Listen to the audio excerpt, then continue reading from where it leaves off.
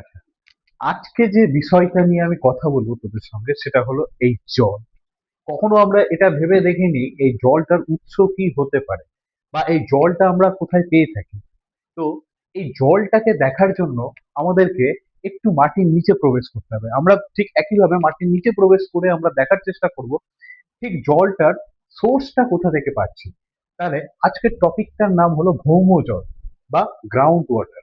প্রথমে এই ভৌম জল জিনিসটা কি? ভৌম জল ব্যাপারটা হলো আমাদের ভূপৃষ্ঠের ওপর থেকে যখন কোনো জলরাশি নিচের দিকে মাধ্যাকর্ষণ শক্তির টানে নিচের দিকে প্রবেশ করে, তখন সেখানে একটা শিলা থাকে, সেই শিলাটার নাম প্রবেশ্য শিলা।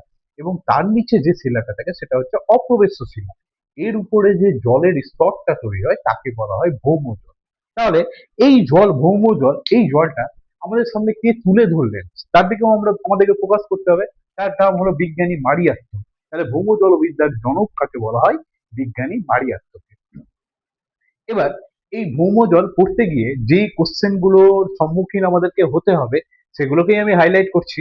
এটা রিভিশন ক্লাস যেহেতু, তো প্রথমেই আমাদেরকে দেখতে হবে ভৌম জল কি কি টাইপস এর হয়। মানে দেখ, আমাদের পৃথিবীতে আমাদের কি সব জায়গায় এরকম মাটি আছে? না, মাটি নাই সব জায়গায়। কোথাও দেখ, কি বলবো তোকে, কোথাও জলরাশি আছে, মানে জলরাশির নিচেও তো অপ্রবেশ্য শিলা আছে, সেখানেও তো জল থাকতে পারে।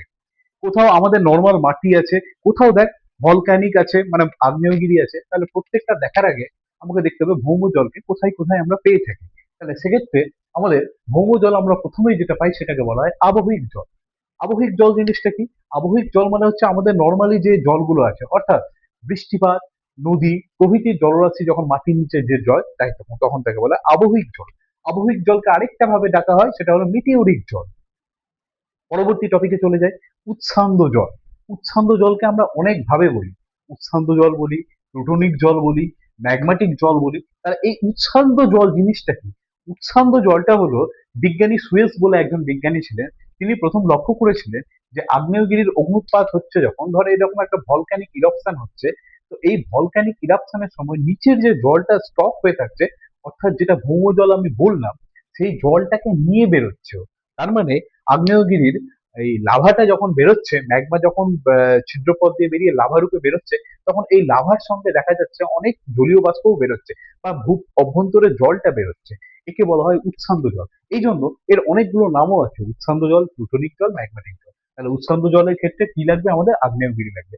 পরবর্তী জল হচ্ছে একটা সহজাত জল বা একে বলা হয় জীবাশ্ম জল। কেন জীবাশ্ম জল বললাম? জীবাশ্ম মানে কি?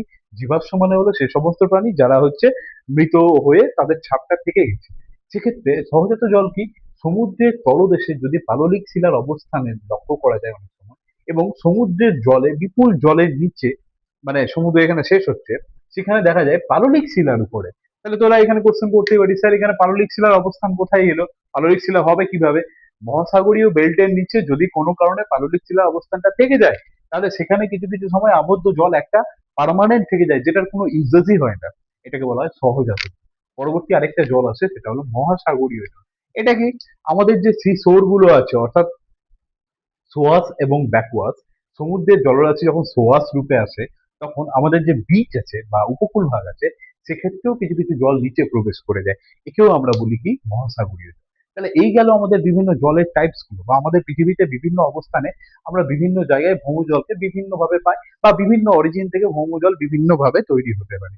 এবার এই যে জলটা যে প্রবেশ করছে বা জলটা যে নিচের দিকে আমাদের যাচ্ছে আন্ডারগ্রাউন্ড, মানে আমি যদি এটা মাটি ধরি, মাটির নিচের লেয়ার, অর্থাৎ এই যে মাটির উপরের লেয়ার যেটা পৃষ্ঠ দিয়ে আমরা হেঁটে বেড়াচ্ছি, যেখানে গ্রাউন্ড ওয়াটার স্টোরেজ হচ্ছে, এই পৃষ্ঠ দিয়ে যে অভ্যন্তরে জলটা যাবে সেজন্য কি ব্যবহার করা হয় বা কি থাকে অ্যাকচুয়ালি। এবার তাহলে আমরা মাটির উপরে দুটো শিলা পাবো, একটাকে বলা হয় শিলার সচ্ছিদ্রতা এবং আরেকটাকে বলা হয় শিলার প্রবেশ্যতা। কি? শিলার সচ্ছিদ্রতা জিনিসটা কি? শিলার সচ্ছিদ্রতা জিনিসটা হলো যখন কোনো শিলার মধ্যে রন্ধ্র থাকে, ধর একটা শিলার মধ্যে রন্ধ্র থাকবে, তো এই রন্ধ্রগুলোকে বলা হয় শিলার সচ্ছিদ্রতা। এবং প্রবেশ্যতা কি? শিলার প্রবেশ্যতা কি? যেই দুটো সচ্ছিদ্রতা থাকবে তার মধ্যে দিয়ে কি পরিমাণ জলটা পার্কুলেট হচ্ছে। তার মানে এখানে যদি বৃষ্টি পড়ে তাহলে ভূপৃষ্ঠ এটা, বৃষ্টি পড়ে তাহলে বৃষ্টির জলটা কি পরিমাণে পার্কুলেট হচ্ছে, এটাকে বলা হয় শিলার প্রবেশ্যতা। এই প্রবেশ্যতা কিন্তু মাধ্যাকর্ষণ শক্তি অনুযায়ী নিচের দিকে প্রবেশ করে। তাহলে এই গেল আমার কিভাবে জলটা স্টোরেজ হচ্ছে। এবার জলটা স্টোরেজ হওয়ার সময়, এবার যদি আমি মাটির নিচের লেয়ারটাকে আমি প্রবেশ করি, তাহলে মাটির নিচে যখন লেয়ারে প্রবেশ করবো তখন আমি কতগুলো লেয়ার পাবো। তো সেই লেয়ারটাকে মেনলি দুটো টাইপসে ভাগ ভাগ করা হয়।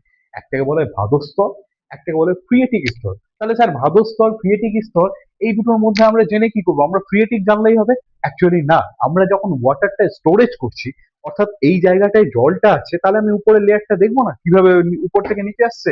এক্স্যাক্টলি, সেটা দেখার জন্যই আমাদেরকে বলা হচ্ছে একটা লেয়ারের নাম হচ্ছে ভাদস্তর এবং অপর লেয়ারটার নাম হচ্ছে ফ্রিয়েটিক স্তর। তাহলে ভাদস্তর জিনিসটা কি? ভাদস্তর মেনলি তিনটে তিনটে পার্টে থাকে। প্রথমে যে পার্ট, অর্থাৎ একদম উপরে যে পার্ট, অর্থাৎ এই পার্টটাকে বলা হয় মৃত্তিকা স্তর। অর্থাৎ এখানে মৃত্তিকা থেকে শুরু করে বিভিন্ন শিলার সছিদ্রতা ইত্যাদি, মৃত্তিকা রন্ধ্র, এর সঙ্গে বায়ু থাকে, প্রথম পার্কুলেট করতে সাহায্য করছে আমার জলটাকে। পরবর্তী স্তরটাকে বলা হয় মধ্যবর্তী স্তর বা মৃত্তিকা স্তর। এই মধ্যবর্তী স্তর বা মৃত্তিকা স্তরটা কি? মধ্যবর্তী স্তর হলো সেই স্তরটায় যেখানটায় হচ্ছে তোর উপরের আর্দ্র মৃত্তিকা স্তর এবং নিচের কৈশিক স্তর। উপরের আর্দ্র, নিচের কৈশিক, তার মধ্যবর্তী স্থানে মাটি তো থাকছে না, বায়ুর কিছু লেয়ার থাকছে এবং শিলা থাকছে, সেটা দিয়ে জলটা পার্কুলেট হয়ে নিচের দিকে যাচ্ছে।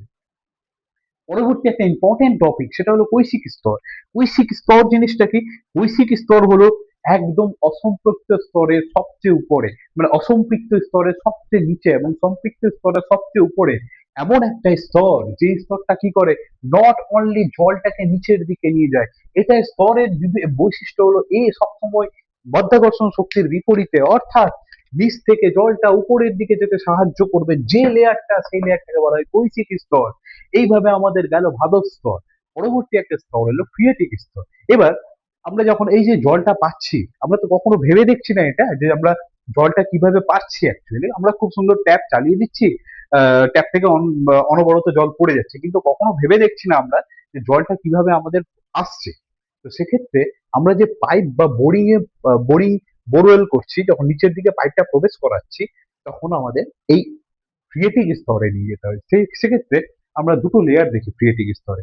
একটাকে বলা হয় অস্থায়ী স্তর, একটাকে বলা হয় স্থায়ী স্তর। তাহলে এই যে অস্থায়ী স্তর এবং স্থায়ী স্তর, এই জিনিসটা কি? প্রথমেই আমি চলে আসি অস্থায়ী স্তর। সম্পৃক্ত স্তরে দুটো পার্ট বা ক্রিয়েটিক স্তরের দুটো পার্ট। ক্রিয়েটিক স্তর কাকে বলে? যেই স্তর থেকে আমরা ড্যাম শিওর বা ফর শিওর হয়ে যেতে পারি যে এখানে আমরা জল পাবোই। মানে আমার একটা সিওরিটি থাকবে, আমি মৃত্তিকার নিচে প্রবেশ করছি, বা যারা জিওলজিস্ট তারা খুব সুন্দরভাবে এটা ডিকটেট করবে, তারা ফর শিওর তারা এই ক্রিয়েটিক স্তরে জলটা পেয়ে যাবে। তাহলে এখানে অস্থায়ী স্তরটা কি? ক্রিয়েটিক স্তরের এমন একটা স্তর যেখানে ঋতু ভেদে জলটা ওঠানামা করে। তার মানে দেখবি বর্ষাকালে আমরা প্রত্যেকেই দেখতে পাই, টিউবওয়েল প্রেস করলে বা মোটরে, আমরা যদি মোটর ট্যাঙ্কি ভরার চেষ্টা করি, তাহলে দেখবি খুব অল্প সময়ের মধ্যে জলটা ভরে যায়। তার মানে বর্ষাকালে বৃষ্টিপাতের পরিমাণ স্বাভাবিকের তুলনায় অনেকটা বেশি।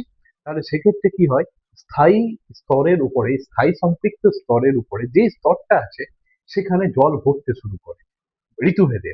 তার মানে অস্থায়ী সম্পৃক্ত স্তর হলো সেই স্তর যেখানে ঋতুভেদে জলটা আপ ডাউন করে, তাকে বলা হয় অস্থায়ী সম্পৃক্ত স্তর। এবং স্থায়ী সম্পৃক্ত স্তর মানে কি? এই যে আমার বোতলে যে এখন জলটা আছে, মানে আমি যদি এটাকে মাটি ধরি এবং এটাকে যদি জলের লেয়ার ধরি, তাহলে আমি এটাকে বলবো স্থায়ী সম্পৃক্ত স্তর। মানে জলটা নামবে না এখান থেকে, এটা fixed. That's why this is called স্থায়ী সম্পৃক্ত স্তর। তার মানে স্থায়ী সম্পৃক্ত স্তর হলো সেই স্তর যেখানে তুই সারা বছর জল পাবি, শীত, বর্ষা, গ্রীষ্ম, যেটাই হোক, সেখানেই তুই স্থায়ী সম্পৃক্ত স্তরটা অলওয়েজ পেয়ে যাবি। এবার আরেকটা কোশ্চেন তোর মাথায় আসতে পারে, স্যার তাহলে সারা পৃথিবীর সিস্টেমটা কি একদম সেম? এই মৃত্তিকা স্তর, মধ্যবর্তী স্তর, কৈশিক স্তর, অস্থায়ী স্তর, স্থায়ী স্তর একদম কি এভাবেই থাকে? নট অনলি দ্যাট, এভাবে নাও থাকতে পারে। তো এভাবে নাও থাকতে পারে আমি যখন বলছি, আচ্ছা আরেকটা জিনিস এখানে বলে দিই, এই যে তোর মনে একটা কোশ্চেন আসবে, স্যার স্থায়ী সম্পৃক্ত স্তর যে আমার স্টোরেজ হচ্ছে, অর্থাৎ এই জলটা যে আমার স্টোরেজ হচ্ছে, এক্ষেত্রে নিচে কি থাকবে? একদম রাইট, এক্ষেত্রে নিচে থাকবে অপ্রবেশ্য শিলা। যদি না অপ্রবেশ্য শিলা থাকে, তাহলে জলটা আরো আন্ডারগ্রাউন্ড হবে। দ্যাটস ওয়াই এখানে আমি এমন একটা শিলা রাখলাম, যেটা হচ্ছে ব্যাসাল্ট হতে পারে বা যা কিছু হতে পারে, যেটা আমাকে জলটা নিচের দিকে নিয়ে যাবে না, সেখানে জলটাকে স্টোরেজ করবে, তাকে বলা হয় স্থায়ী সম্পৃক্ত স্তর। এবার এখানেই একটা কোশ্চেন হয় যে স্থায়ী সম্পৃক্ত স্তর বা সম্পৃক্ত স্তরের ভৌম জলপীঠ, মানে জলপীঠ কাকে বলে? যেটা হাইয়েস্ট উচ্চতা থাকবে, এখানে ধর হাইয়েস্ট যেটা উচ্চতা থাকবে, সেগুলো রেখাকে যে রেখা পাওয়া যায় তাকে বলা হয় জলপীঠ। তাহলে স্যার, জলপীঠ জিনিসটা কি? জলপীঠ জিনিসটা হলো সেটাই যেখানে হচ্ছে আমি প্রত্যেকটা ভৌমজলের মাথাগুলোকে যখন আমি কানেক্টিং পয়েন্ট হিসেবে যোগ করব তাকে বলা হয় জলপীঠ। হয়ে গেল। এবার যে কোশ্চেনে আমি ছিলাম সে কোশ্চেন থেকে আসি। এবার এই যে জল পৃথিবীর সারা জায়গায় কি স্যার একদম সেম? Not only that. এবার এখানে আমাদেরকে কিছু জিনিস মনে রাখতে হবে। কি মনে রাখতে হবে? অ্যাকুইক্লিউট, অ্যাকুইটার্ড, অ্যাকুইফিউজ, অ্যাকুইডাক্ট, অ্যাকুইডিক্ট। তার মানে এগুলো হলো কিছু সিচুয়েশন, যে সিচুয়েশন গুলো থাকার জন্য আমাকে দেখতে হবে জায়গাটা ভৌমজলের জন্য অ্যাপ্লিকেবল না অ্যাপ্লিকেবল না। তার জন্য এই কটা ফেজ থাকে। এবার অ্যাকুইফার, অ্যাকুইফার জিনিসটা কি? অ্যাকুইফার একটা ল্যাটিন শব্দ। অ্যাকুইফার ল্যাটিন শব্দ থেকে এসছে মূলত। অ্যাকুইফারটা এটা হলো তোর মেনলি হচ্ছে যেখানে জল থাকবে বা হচ্ছে তোর কি বলবো যে ভূঅভ্যন্তরে অপ্রবিষ্ট শিলার উপর প্রবিষ্ট শিলার স্তরে ভৌম জলটা তোর পরিপূরিত থাকবে, প্রবাহিত হবে বা তোর ক্ষরণ করবি, যেটা স্থায়ী সম্পৃক্ত ভান্ডার করে তুলবে, সেটাকেই বলা হয় অ্যাকুইফার। অ্যাকুইফার জিনিসটা একটু দেখে যাস। অ্যাকুইক্লিউড আসবে, এখান থেকে কোশ্চেন থাকার প্রবাবিলিটি আছে। আচ্ছা, অ্যাকুইক্লিউড, অ্যাকুইটার্ড, অ্যাকুইফিউজ বলার আগে আমাকে যেটা বলা বলা প্রয়োজন খুব, সেটা হলো আমাদের যে জলগুলো আছে না, সেই জলগুলো বিভিন্ন ধরনের জলের টাইপস গুলো হতে পারে। যেমন কিছু জলকে বলা হয় হাইগ্রোস্কোপিক ওয়াটার, কিছু জলকে বলা হয় পেলিকিউলার ওয়াটার, কিছু জলকে বলা হয় ক্যাপিলারি ওয়াটার এবং কিছু জলকে বলা হয় গ্র্যাভিটেশনাল ওয়াটার। Gravitational water. তাহলে স্যার এই হাইগ্রোস্কোপিক জল, এই জলগুলো এগুলো কি? দেখ, এত ডিটেলসে পড়ানো আমি চাইছিলাম না, তাও একটু বলে দেওয়াটা বেটার। তো হাইগ্রোস্কোপিক জলটা হচ্ছে যে সূক্ষ্ম মাটির কণার অতি সূক্ষ্ম ফাঁক দিয়ে বায়ুমণ্ডলে জলীয় বাষ্পগুলো জলকণা রূপে সঞ্চিত হয়ে যখন নিচের দিকে যাবে, তাহলে বায়ুমণ্ডলে জলীয় বাষ্প জলকণা রূপে যখন নিচের দিকে যাবে সেটা হলো হাইগ্রোস্কোপিক ওয়াটার। স্যার, পেলিকিউলার ওয়াটার কি? পেলিকিউলার হলো মধ্যবর্তী স্তর, অর্থাৎ মৃত্তিকার যে সেকেন্ড লেয়ার, অর্থাৎ ধাতু স্তরের যে সেকেন্ড লেয়ারটা আছে সেই কণার চারপাশে, অর্থাৎ কি বলবো আমি, ধর এটা হচ্ছে মৃত্তিকা মধ্যবর্তী স্তর, এই চারপাশে যখন জলরাশি বা জলের লেয়ারটা থাকবে তাকে বলা হয় পেলিকিউলার ওয়াটার, যখন জল জমে থাকবে। আচ্ছা স্যার, ক্যাপিলারি ওয়াটার, ক্যাপিলারি ওয়াটারটা কি? ক্যাপিলারি ওয়াটারটা হলো কৈশিক স্তরে, কৈশিক স্তরে কি হয়? আমরা জানি কৈশিক স্তরে কি হয়, জল সবসময় ঊর্ধ্বমুখী হয়। এই যে ঊর্ধ্বমুখী যে হচ্ছে রন্ধ্রের মধ্যে দিয়ে যখন উপরের দিকে যাচ্ছে, বিপরীত দিকে, মাধ্যাকর্ষণ শক্তির বিপরীত দিকে, তাকে বলা হয় ক্যাপিলারি ওয়াটার। এবং গ্র্যাভিটেশনাল ওয়াটার কি? স্যার, এটা ইজি কোশ্চেন। এটা আমি যখন জলটাকে নিচের দিকে পার্কুলেট করবো, কারণ পৃথিবীতে যে কোনো বস্তু উপর থেকে নিচে ছুড়ে দিলে সেটা কিন্তু নিচের দিকেই যায়, অর্থাৎ সেটাই হলো গ্র্যাভিটেশনাল ওয়াটার। তাহলে এটা বলার এটা বলার মেন উদ্দেশ্যই হলো একটা জল, আমাদের পৃথিবীতে যে জলগুলো আছে সেই জলগুলোর হাইগ্রোস্কোপিক, পেলিকুলার বা ক্যাপিলারি বা গ্র্যাভিটেশনাল, যেটা আমাকে হেল্প করবে ফর ওয়ার্ক করবে অ্যাকিউক্লিট, অ্যাকুইটার্ড, অ্যাকুইফিউজ, অ্যাকুইডাক্ট, এইগুলো বুঝতে আমাকে সেটা সাহায্য করবে। তাহলে একই একই প্রথমেই আছি, একই ফিউজটাই আছি। কারণ ফিউজ হলো আমাদের একটা এমন জিনিস, বাড়ির ইলেকট্রিসিটিতে ফিউজ মার খেলে কি হয়, গোটা কারেন্ট চলে যায়। একই ক্ষেত্রে একই ক্ষেত্রে সেম গ্রাউন্ড ওয়াটার বা ওয়াটার টেবিলের ক্ষেত্রেও একই ফিউজটা একদম সেম। তার মানে একই ফিউজ হলো সেটাই যেটা হচ্ছে গ্রানাইট থাকতে পারে, ব্যাসল্ট থাকতে পারে, প্লেট থাকতে পারে, রায়োলাইট থাকতে পারে, মার্বেল থাকতে পারে। এই জাতীয় শিলা কি করে?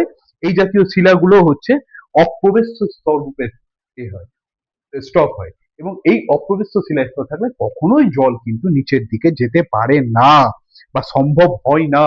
অর্থাৎ জল যে বিচ্ছিন্ন করছে সেই বিচ্ছিন্ন রেখাটা অ্যাকুইটিউড, তার মানে কোনো রকম জলের পার্কুলেশন হচ্ছে না, সেটাই হলো অ্যাকুইটিউড। অ্যাকুইটিউড মানে কি? ফ্লুইড মানে বা কাদা যেটাই বলতে পারিস, সেটা হলো অ্যাকুইফারের নিচে কাদা জাতীয় পদার্থ থাকলে সেখানকার জলটা খুব স্লো রেটে যাবে নিচের দিকে। কি রেটে যাবে? স্লো রেটে। তাকে বলা হয় অ্যাকিউক্লিউট। অ্যাকুইডাক্টটা কি? অ্যাকুইডাক্ট হলো এই যে দেখ, আমরা অনেকেই বাড়িতে অ্যাকুয়ারিয়াম বা আর্টিফিশিয়াল একটা জলের একটা বাস্তুতন্ত্র তৈরি করি, যেটা আর্টিফিশিয়াল, যেখানে হচ্ছে মাছকে তুই প্রিজার্ভ করছিস, ঘরে রাখছিস নিজে, কিন্তু সেখানে হচ্ছে বিভিন্ন হচ্ছে ইয়ে পদ্ধতিতে, ইলেকট্রনিক পদ্ধতিতে অক্সিজেন সাপ্লাই করছিস, জল চেঞ্জ করছিস। অ্যাকুইডাক্টের ক্ষেত্রেও সেম হয়। এটা মেনলি হচ্ছে শুষ্ক বা ড্রাই এরিয়ায় একটা আর্টিফিশিয়াল বোরহোল করে বা গর্ত করে সেখানে তুই কংক্রিট করে মাঝখানে জলটাকে স্টোর করবি। সেই জলের স্টোরটাকে বলা হয় অ্যাকুইডাক্ট। যেটা আমাদের থেকে গেল সেটা হলো অ্যাকুইটার্ড। অ্যাকুইটার্ড জিনিসটা কি? অ্যাকুইফারের একদম নিচে, অ্যাকুইফারের একদম নিচে কি হয়, রন্ধ্রের পরিমাণ খুব কম থাকে এবং সেখানে জল কোনো কারণে আগেই স্টোরেজ হয়ে থেকে গেছে, মানে ফর শিওর সহজাত জলের ক্ষেত্রে তো স্টোরেজ হয়ে থেকে গেছে, কিন্তু সেটা পার্কুলেট হচ্ছে না। একে বলা হয় অ্যাকুইটার। তার মানে আমরা যখনই বাড়িতে জলটা ইউজ করব, তখন আমাদেরকে ফর শিওর এটা হয়ে যেতে হবে যে আমাদের জল যে স্টোরেজ হচ্ছে বা জল যে উপরে আসছে, সেই জলটা কিভাবে উপরে আসছে, বা জলটা যখন নিচে প্রবেশ হচ্ছে একটা ভান্ডারে যখন সঞ্চিত হচ্ছে, কিভাবে সঞ্চিত হচ্ছে, সেই ব্যাপারে কিন্তু আমাদেরকে পরিষ্কার থাকতে হবে।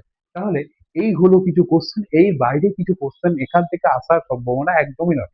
ভৌমজল টপিকটা ছোট টপিক, কোশ্চেন এখান থেকে আসতেও পারে, নাও পেতে পারিস, বা কোশ্চেন এখান থেকে ধর এলোই না, বা কোশ্চেন ধর এখান থেকে এলো, তাহলে যাই হোক, আসুক বা না আসুক, এটা সম্পর্কে আমাদের একটা কনসেপ্ট ক্লিয়ার বা কনসেপ্ট বিল্ড করে রাখতে হবে। চল, টাটা, বাই।